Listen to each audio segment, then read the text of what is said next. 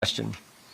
Today's hearing is about the administration of justice and keeping communities safe, something that has always been a central focus of the House Judiciary Committee. Our witnesses today have felt the effects of crime up close and personal. They've been victimized by a justice system that cares more about political correctness than punishing the criminals who've harmed them and harmed their family. We thank them for being here and sharing their story. Their stories are emblematic of a city that's lost its way when it comes to fighting a crime and upholding the law. As we all know, fairness under the law is a bedrock principle of American democracy. In this country, justice is supposed to be blind, regardless of race, religion, or creed.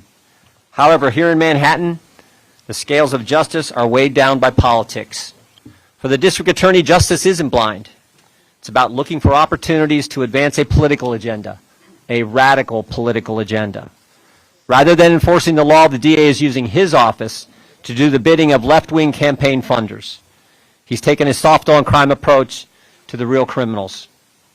One of Mr. Bragg's first actions upon taking office in January of 2022 was to put out a memo that directed his assistant district attorneys not to prosecute certain crimes, including trespassing and resisting arrest. The memo also stated that armed robberies should not be prosecuted as felonies. Instead, they were to be considered as misdemeanor larceny unless someone was shot during the course of the robbery.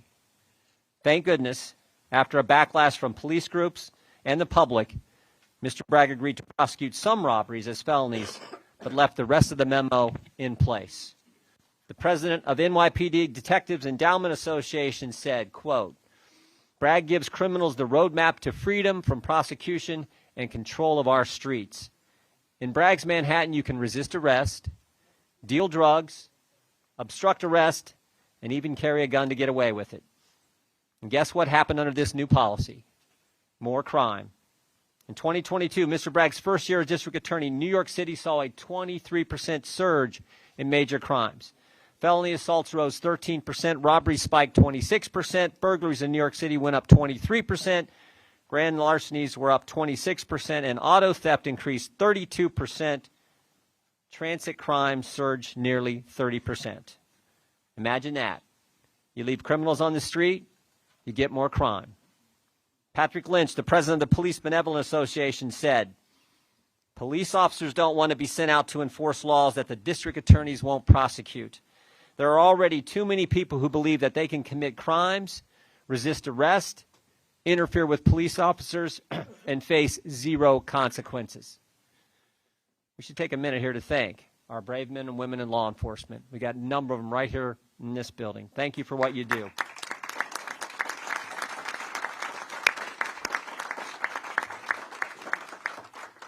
In the last few years, police have been villainized and harassed by the left and even defunded.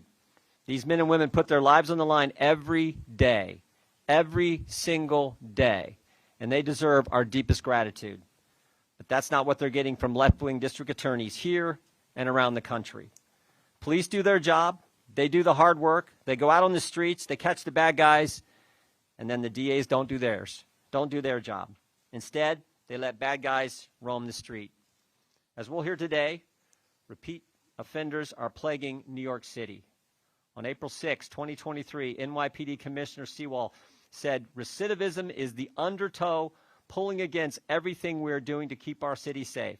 It is counterproductive to public safety and, frankly, is a perpetual carousel of police resources." Astonishingly, Sewell said that 327 individuals were arrested more than 6,000 times for retail theft. Think about that. 327 individuals responsible for 6,000 retail thefts, what we used to call stealing, taking someone else's property. Each person arrested on average 20 times. Maybe we wouldn't have had that problem if they'd arrested them and kept them in jail after the first, the second, or maybe even the 19th time.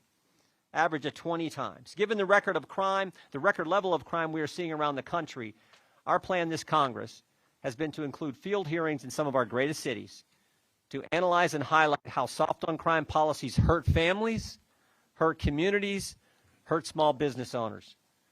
We believe it's important to hear from victims and their families who simply want to share their stories, hoping hoping that it will help create change so other families don't have to suffer.